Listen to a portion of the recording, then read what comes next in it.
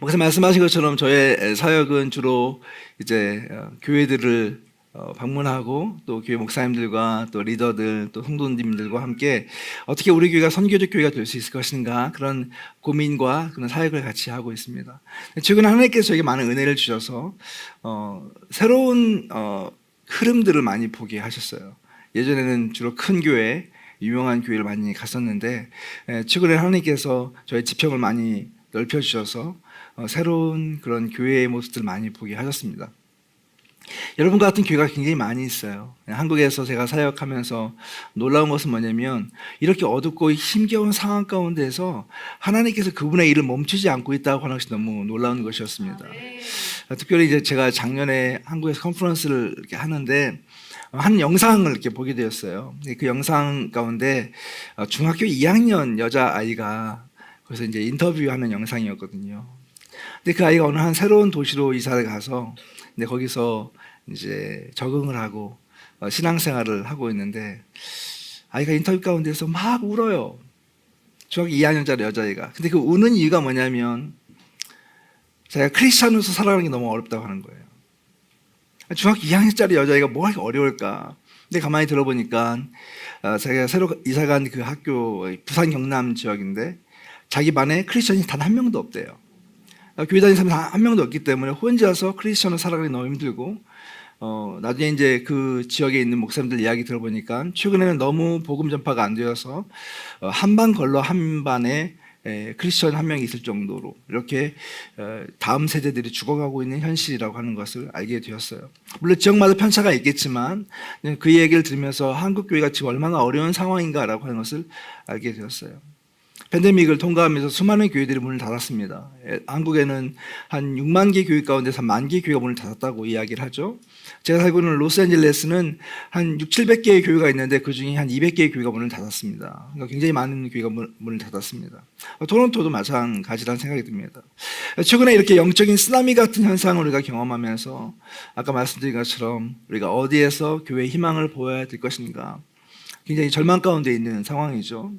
놀라운 것은 뭐냐면 그런 가운데서 하나님께서 새로운 일을 하고 있다고 하는 사실입니다. 우리가 그런 영적인 눈을 가지고 세상을 보고 하나님의 교회를 볼 수 있어야 된다고 저는 생각을 해요. 여러분의 교회가 이 토론토 지역에 10년 전에 세워진 것이 우연이 아닙니다. 하나님께서 이렇게 뜨거운 공동체, 새로운 공동체를 만드신 것은 이 시대에 하나님의 대안으로서 여러분을 사용하기 원하시고 또 정말로 깨어있는 공동체가 어떠한 역할을 감당할 수 있는지 하나님께서 어떻게 여러분을 사용하시고 이 공동체를 통해서 이 지역사회와 또 교회들을 깨우칠 것인지에 대한 그분의 계획이 있다고 하는 것을 우리 반드시 기억했으면 좋겠습니다.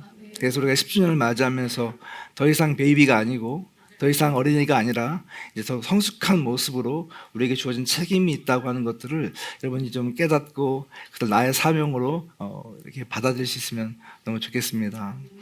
여러분 우리가 이런 어려운 상황 가운데서 교회에 희망이 있는가라고 하는 질문을 많이 하게 돼요. 목사님 아까 저한테 저 소개하면서 제가 많은 책을 썼다고 했는데 제가 쓴 책 가운데 되게 두꺼운 책이 하나 있어요. 한 400페이지 되는 책이 있는데 한 3, 4년 동안의 집필 기간을 통해서 한 3, 400개의 책을 이렇게 레퍼런스를 해서 책을 썼어요. 근데 그 책을 쓰면서 제가 첫 시작에 뭐라고 이야기를 했냐면 교회에 미래가 있는가라고 하는 그런 질문이었습니다. 왜냐하면 그 당시에도 너무나 암울했기 때문에 교회에 미래가 있는가. 맨 마지막에 제가 결론을 쓰면서 이렇게 대답을 했습니다. 뭐라고 했을까요?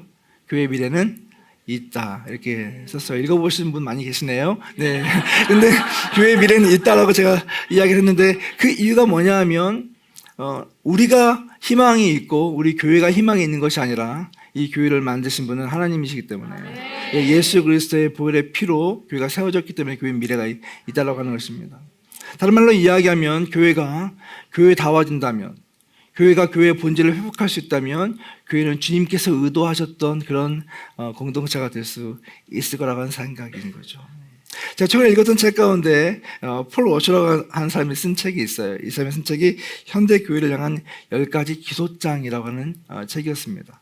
이 책은 이분이 어떤 컨퍼런스에서 설교를 한 내용을 이렇게 책으로 만든 내용이었는데 현대 교회가 뭐 북미 교회 또 한국 교회 모든 서구화된 교회들 가운데 새로운 교회의 부흥이 필요하다고 하는 이야기예요.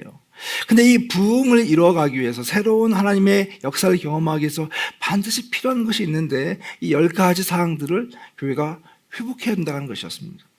첫 번째 내용이 뭐냐면 성경의 충분성에 대해서 현대교회가 거부하고 있다는 거예요. 교회는 성경적인 그런 공동체인데 교회 공동체가 성경에 대한 충분성을 거부하고 있다는 거예요. 너무 아이러니한 이야기죠.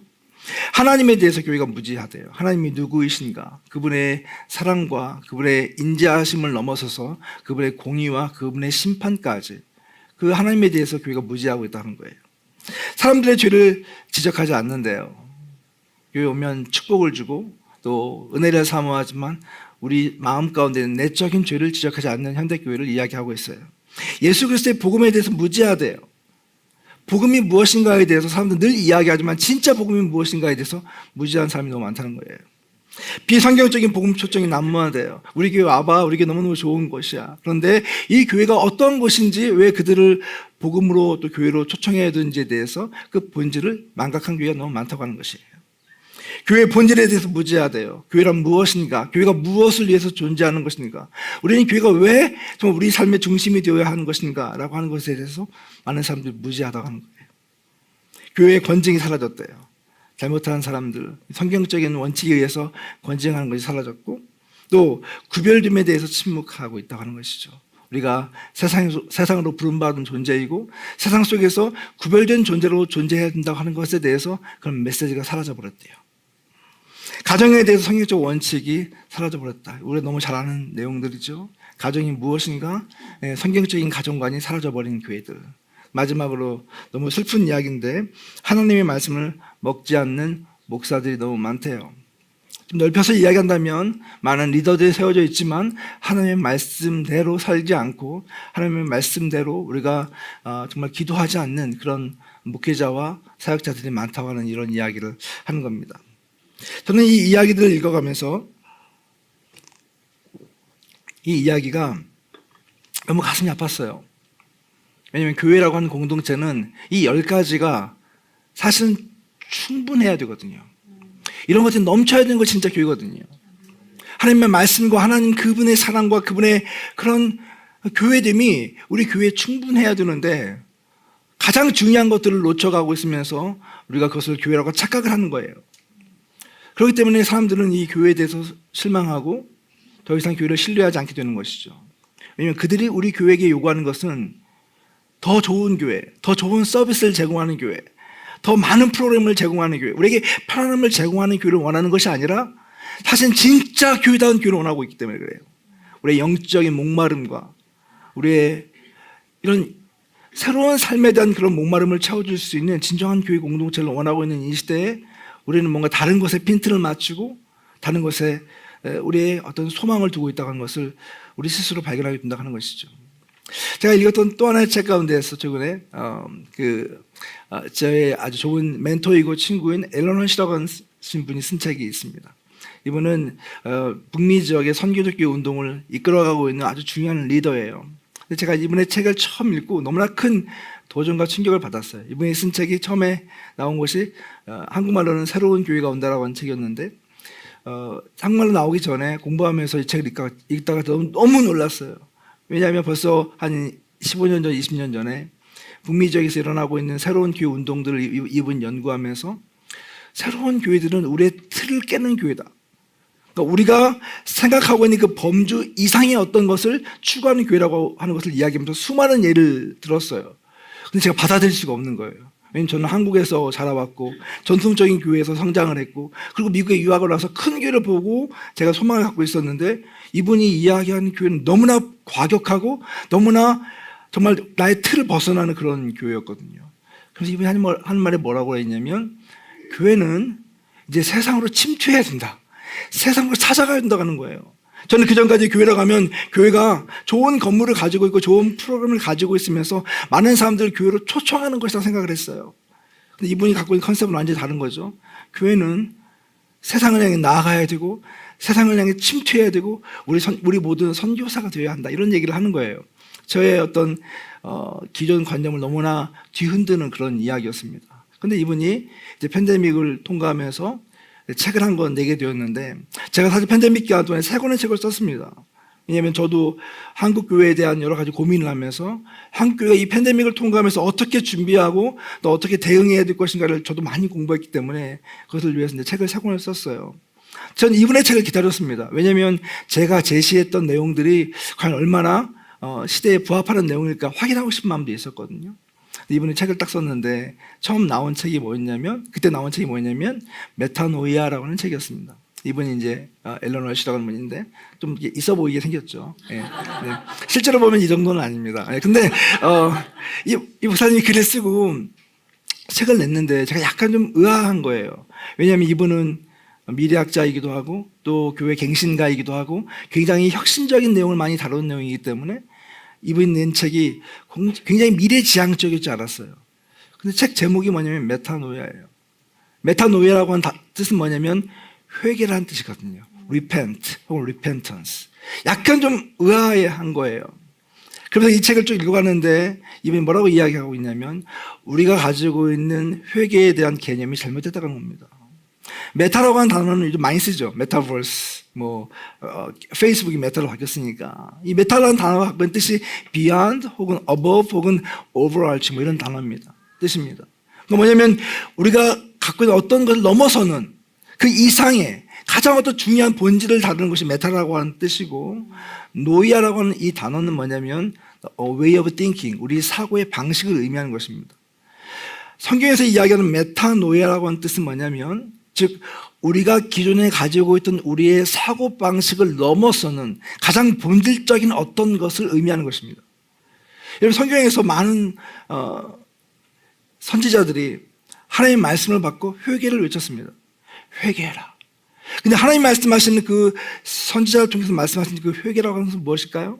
우리는 보통 회개하면 지난주에 우리가 잘못한 것들을 가지고 하나님께 고백하는 것을 회개 생각합니다.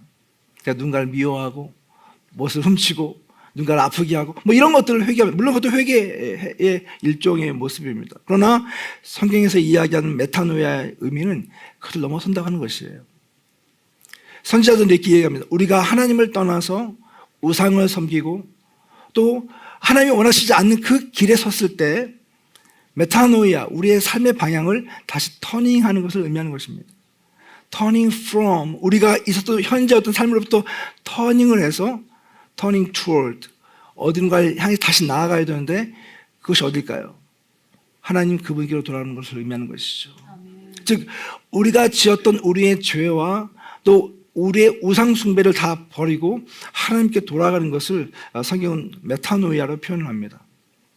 이것이 신약 성경에 오게 되면 좀 더 구체적인 의미로 우리에게 다가오게 되는데 그것은 이 회개를 하면서 하나님께 돌아가는 그 과정 가운데 나타나는 여러 가지 새로운 습관과 행동 양식을 포함합니다. 즉 나의 생각과 나의 개념적인 회개가 아니라 실제로 나의 삶에 새로운 습관이 형성이 되고 하나님 그분이 원하실 때 정말 내가 주님의 백성으로서 온전한 삶을 살아가는 것을 의미하는 거예요. 그래서 유명한 신학학자인 맥글라스라고 하는 분은 이 회개를 이야기하면서 이렇게 이야기했습니다. Radical change of our mind. 우리의 생각의 급진적인 변화를 말하는 것이고요. The fundamental intellectual reorientation. 그래서 근본적인 지적인 방향 전환이 포함되면서 실제로 우리가 가장 근본적인 사고방식이 바뀌고 우리의 마인드가 바뀌고 우리의 삶의 방향이 바뀌면서 진짜를 찾게 되었을 때 우리 삶에서 일어나는 새로운 삶의 양식들, 이것이 메타노이아의 뜻이라고 하는 것이에요. 즉 무엇일까요?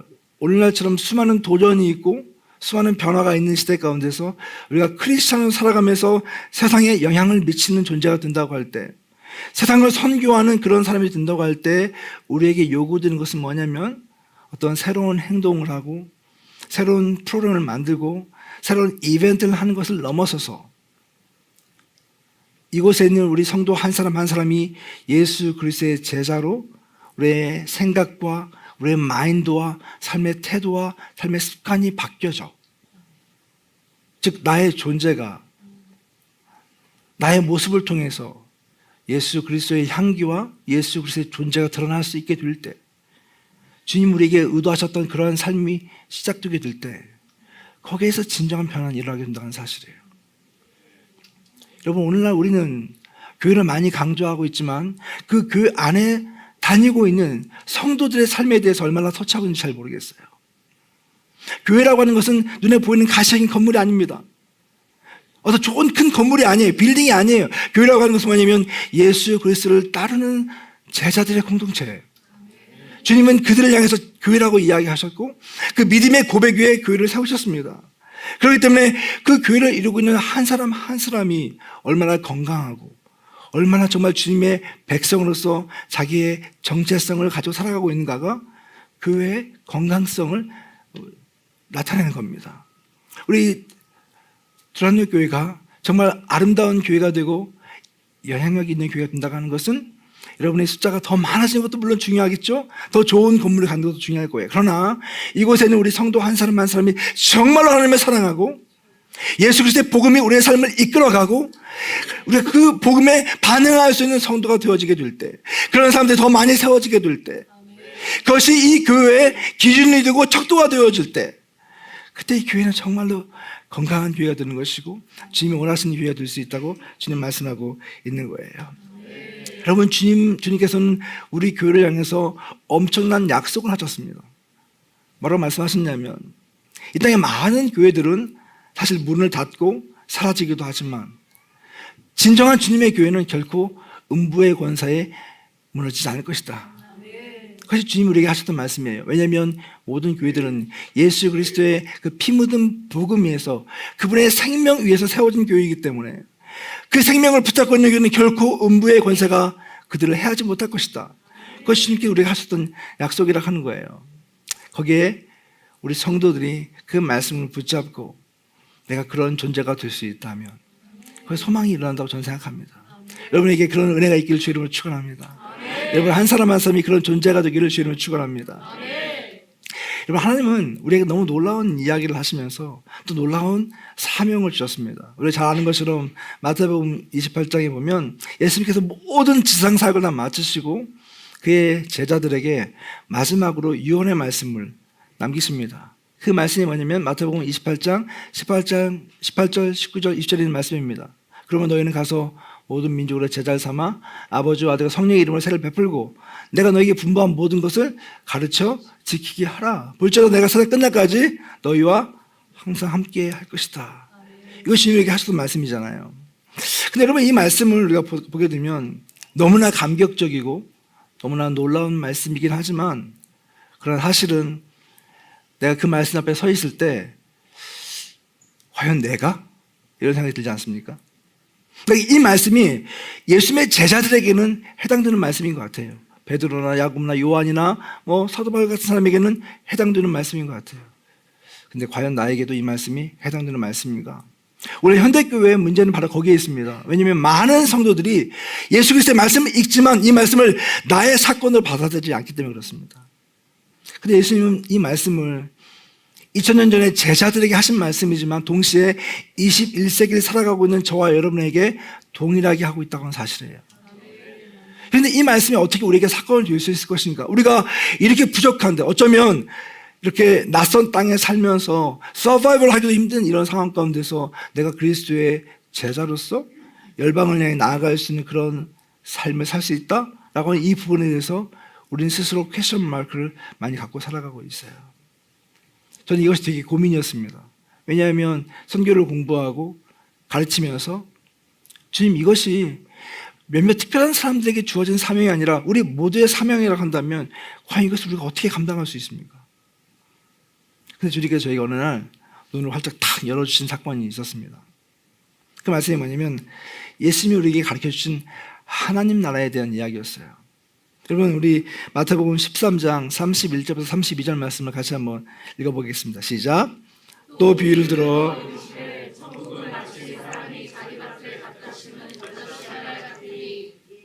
더요. 이 모든 시보다 작은 것이로되 자란 후에는 풀보다 커서 나무가 되매 공중의 새들이 와서 그 가지에 뒤뜯느니라. 아멘. 여러분, 이 말씀을 잘 아시는 말씀이죠. 예수님께서 하나님 나라에 대한 비유를 해주시는데, 그 하나님의 나라는 어떤 것인가? 겨자씨와 같대요.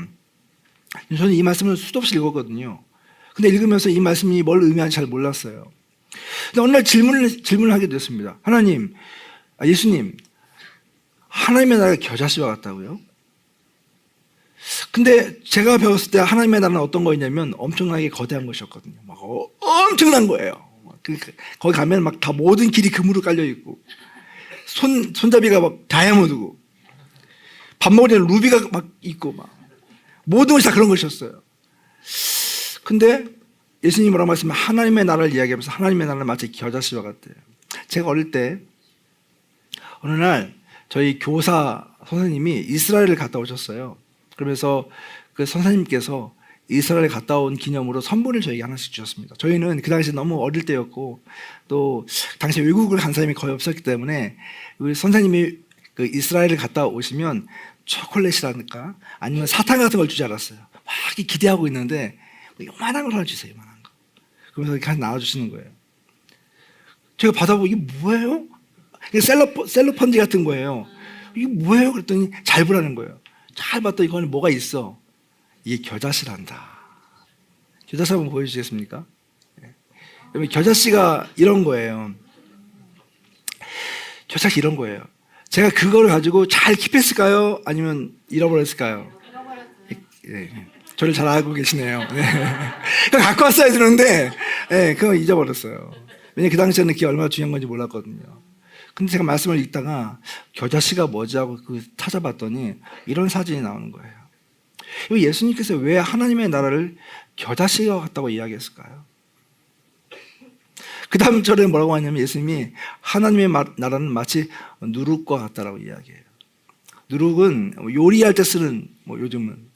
근데 아무것도 아니에요. 파우더 같은 것인데 이것이 밀가루와 같이 이렇게 섞이면 이 밀가루가 이제 부풀어 오르는 그런 작용을 하는 것이 누룩이에요.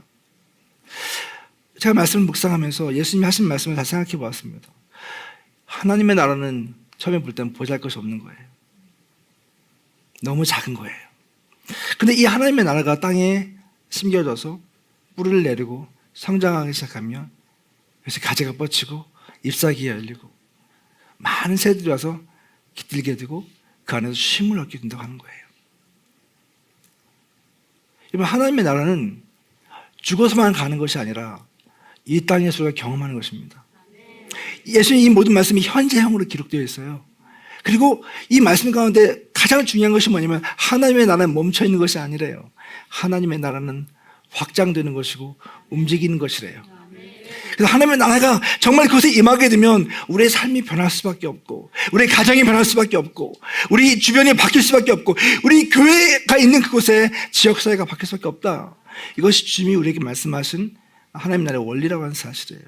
너무 놀라운 것은 여러분 아십니까? 예수님께서 이 땅에 오셔서 처음 선포하신 말씀이 뭐였냐면 마가복음 1장 17절에 회개하라 천국이 가까이 왔느니라. 근데 이 천국이 가까이 왔다는 말이 뭐냐면 하나님의 나라가 가까이 왔다는 말이거든요. 그런데 예수님이 사역 가운데서 뭐라고 말씀하시냐면 얘들아 하나님의 나라가 너에게 임했다 이렇게 말씀하셨어요.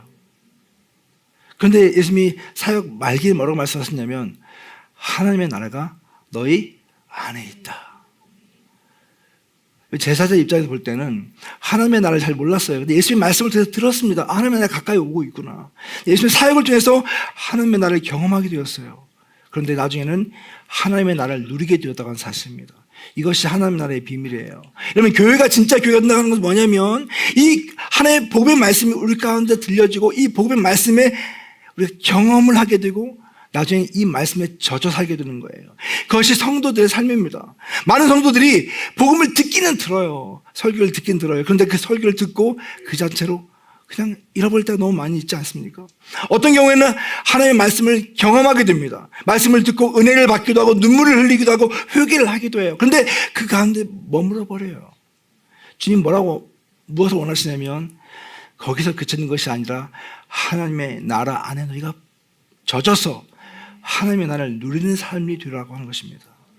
교회 공동체가 정말 아름다운 공동체가 된다고 하는 것은 뭐냐면 복음을 알지 못하는 사람들이 삶의 자리에서 비참하게 있던 사람들이 이 복음의 공동체에 들어와서 혹은 여러분을 통해서 복음 말씀을 듣고 그들의 생각이 바뀌고 그들의 가치관이 바뀌기 시작하고 하나님의 나라를 경험하게 되고 그 맛을 보게 되는 것이죠.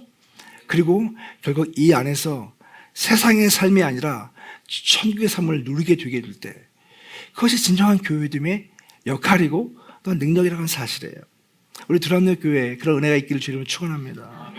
너무나 많은 사람들이 이 교회 밖에서 눈물을 흘리면서 슬퍼하고 있지 않습니까? 얼마나 많은 사람들이 삶의 방향을 잃어가면서 삶의 목적을 잃어가면서 마치 많은 돈을 벌고 뭔가 성공하면 내가 인생을 잘 사는 것 같은 그런 착각 속에 빠져 살고 있지 않습니까? 그러나 진정한 것은 우리가 이 공동체 안에서 복음을 듣고 복음에 의해서 자기의 삶이 새롭게 트랜스포메이션 되면서 새로운 삶 향해 나아가게 될 때 그 안에 진정한 변화가 있다고 하는 사실이에요. 전 그래서 이 하나님의 나라를 예수님께서 겨자씨와 같이 설명해 주시기 너무너무 좋은 거예요. 아, 하나님의 나라는 처음서부터 어려운 것이 아니구나. 작은 것이구나. 그렇다면 나하고도 연관이 되는 거구나. 이런 생각을 하게 되었어요. 전 선교 역사를 공부했는데 역사를 공부하면서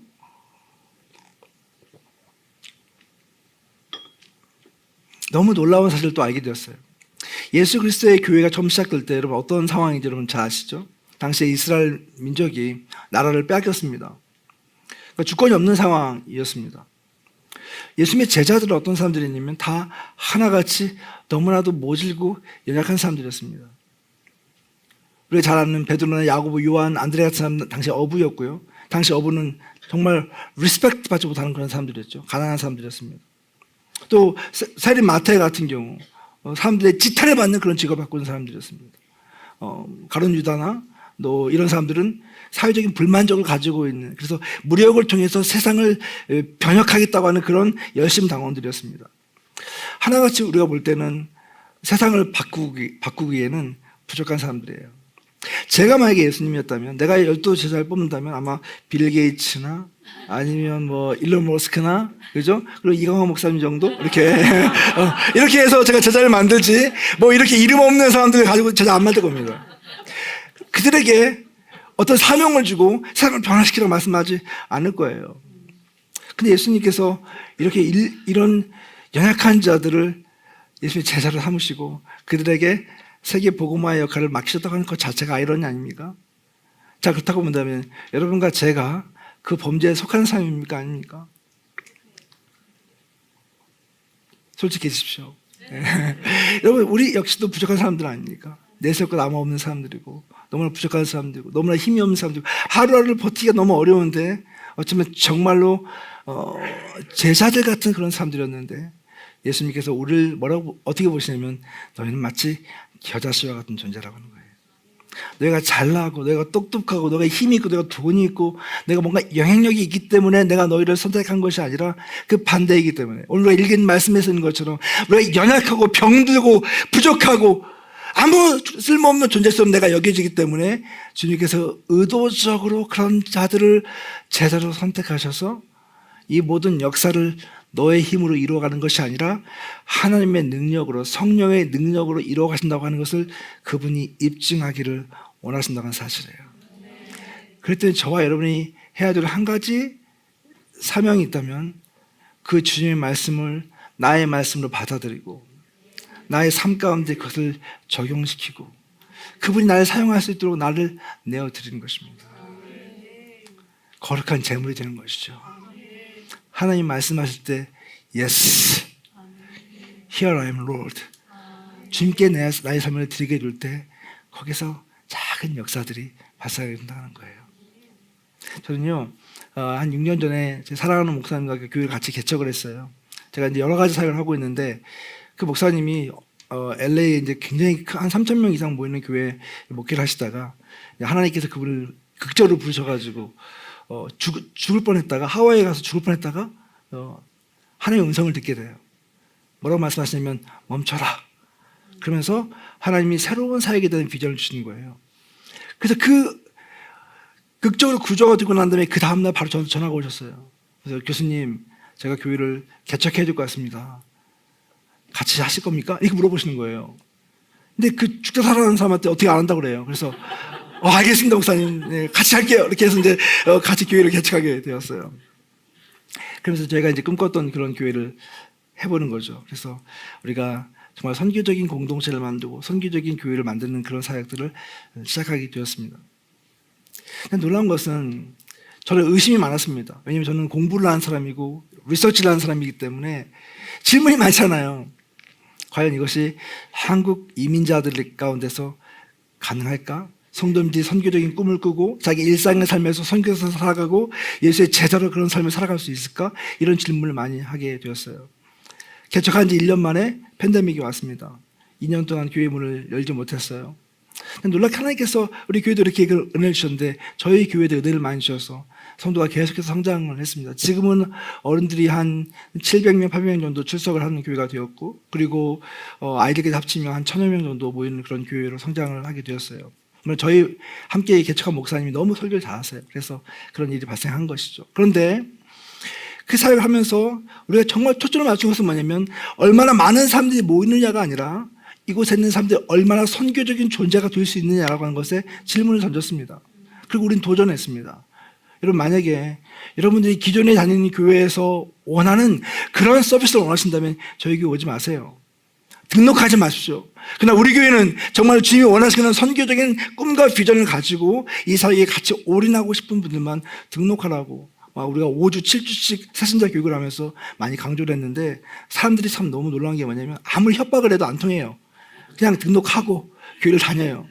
근데 이 가운데서 우리가 그렇게 이야기를 하고 성도들에게 도전을 했기 때문에 그 가운데서 어떤 새로운 마인드를 가지고 신앙생활을 하는 사람들이 많이 생기게 되었습니다. 저희가 하고 있는 사역 중에 하나가 뭐냐면 성도들이 일상의 삶에서 선교사로 살아가는 그런 사역들을 우리가 많이 이렇게 제공을 하고 있어요.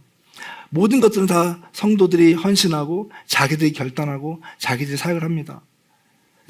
우리가 그런 공동체를 CMC라고 이야기하는데 Creative Missional Community라고 이야기하는데 너무 놀라운 거 사진 한번 보여주시겠습니까? 저희 교회에 자기 스스로 삶의 자리에서 선교적인 삶을 살아가는 공동체들이 많이 생기게 되었어요.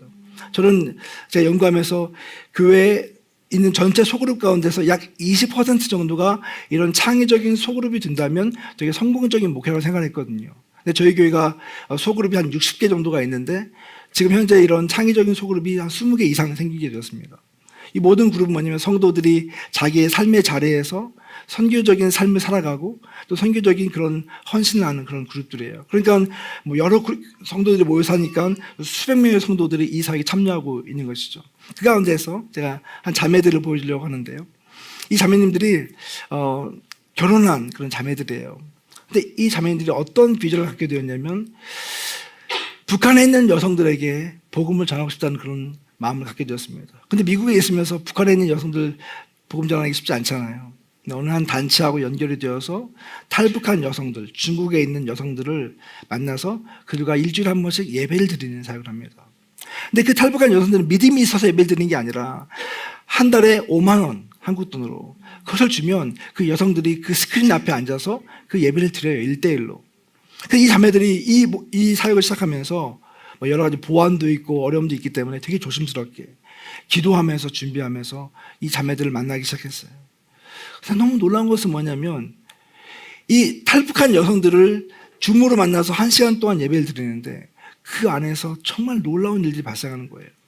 이들은 5만 원이 필요해서 한 달에 5만 원이 필요해서 온 사람들이지만 정말 기도하면서 영혼을 사랑하는 그 자매들을 만났을 때 그들의 마음을 활짝 열고 복음을 받아들이고 예수를 믿는 일들이 계속 발생하고 있는 거예요. 자, 이 자매들 만나서 어느 날 모임을 갔는데 이분이 한 번 이런 얘기를 하는 거예요. 목사님, 저희는 마음이 너무 뜨거워요.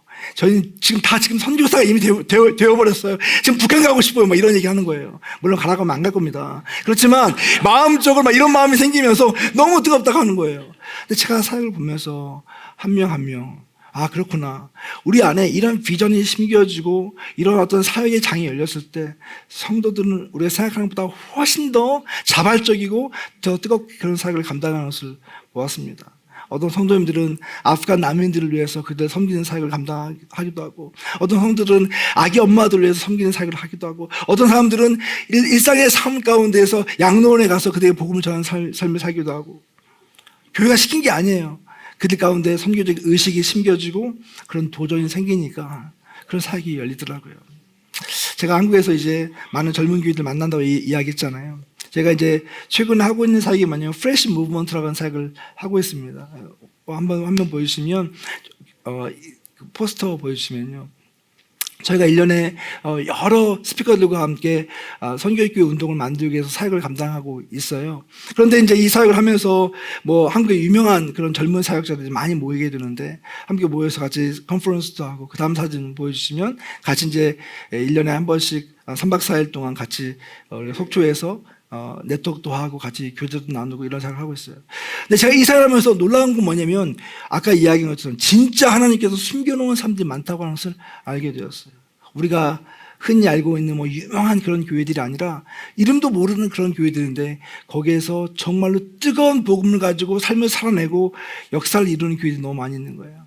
그중에 한 개 여러분하고 비슷한 교회 얘기 드릴게요. 뉴성교회라고 하는 교회가 있는데 이 교회는 홍대에서 교회를 개척했어요. 목사님이 교회를 개척하고 이 사진은 아닙니다. 예. 우리 교회를 개척하고 한 60, 70명 정도 모일 그때 팬데믹이 발생을 했어요. 못 모이게 됐죠. 2년 시간이 지나고 나서 다시 모임을 갖게 되었는데 너무 놀랍게도 새로운 모임 장소에 200명의 성도가 모였어요. 다 20대 청년들이에요. 또 어떻게 이런 일이 가능한가? 알고 보니까 이 교회에서 계속 성도들에게 제자의 삶을 가르치고 제자가 낳는 그런 사역을 양육을 한 겁니다. 놀라운 것은 이 복음을 가지고 있던 이 지체들이 팬데믹 기간 동안에 가난하고 연약하고 외롭고 쓸쓸하고 고립된 사람들을 찾아가서 복음을 전하고 그들의 친구가 되어주고 그들 제자 삼는 사역을 하기 시작했던 거예요. 그랬더니 한 자매를 만났는데 그 자매가 그러는 거예요. 목사님, 저는 12명의 제자가 있습니다. 이 12명의 제자를 제가 전도하고 그 청년들과 함께 같이 살기도 하고 같이 삶을 나누기도 하면서 그런 역사가 발생했는데, 그러다 보니까 보이지 않는 곳에서 복음이 증거되면서 하나님의 나라가 확장되는 일들이 발생했어요. 지금은 한 500명, 600명 모이는 교회로 성장을 했습니다. 근데 교회 예배 가보면 교회가 얼마나 뜨거운지요. 홍대에서 예배를 드리는데 제가 가서 설교하러 갔는데 클럽에서 예배를 드리거든요. 교회가 없어서. 근데 클럽에서 앉을 자리가 없으니까 아이들이 그 예약하는 시간이 되면 컴퓨터 앞에 앉아가지고 예약을 하는 거예요. 그래서 예약하는 아이들만 들어올 수 있고 예약을 못하는 아이들은 뭐 다른 사무실 아니면 친구 집에서 같이 모여서 예배를 드립니다. 수백 명이 모여서 예배를 드려요. 근데 예배를 드리는데 제가 설교하러 딱 올라갔는데 설교를 못하는 거예요. 설교 못하기도 해요, 제가. 근데 왜 못하냐면 반응이 너무 뜨거워가지고. 얼마나 아멘을 하고 얼마나 박수를 치고 얼마나 기뻐하는지. 근데 그 아이들이 다 20대 청년들, 20대 후반에 올라가는 이런 청년들인데 복음에 미쳐가지고 그 복음의 열매를 맛보면서 이렇게 새로운 부흥을 일으키는 그런 현장들을 저는 보고 왔습니다. 사랑하는 성도 여러분, 우리 토론토, 우리 두란노 교회가 그런 교회가 될 거라고 믿습니다. 이미 그런 사역을 하고 계시고 또 그런 꿈을 하나님이 주셨다고 생각을 해요. 비록 우리는 겨자씨같이 작은 존재들이지만 아무것도 없으면 연약한 존재들이지만 우리가 하나님의 꿈과 비전을 품고 하나님이 주신 그 사명을 붙잡고 살아갈 수만 있다면 내가 이 교회에 구경꾼이나 아니면 어떤 소비자로 온 것이 아니라 하나님이 나를 원하셔서 이곳에 보내셨고 주의 교회의 한 지체로 나를 세우셨다고 한다고 하는 것을 믿는다면 여러분 바로 그런 사역의 주인공이 될 것이며 여러분을 통해서 이 토론토 척박한 땅에 하나님의 온기와 열기를 퍼뜨리면서 부흥을 불러일으키는 그런 공동체가 될 것이라고 저는 믿습니다. 여러분 그런 교회 되기를 주의 이름으로 축원합니다.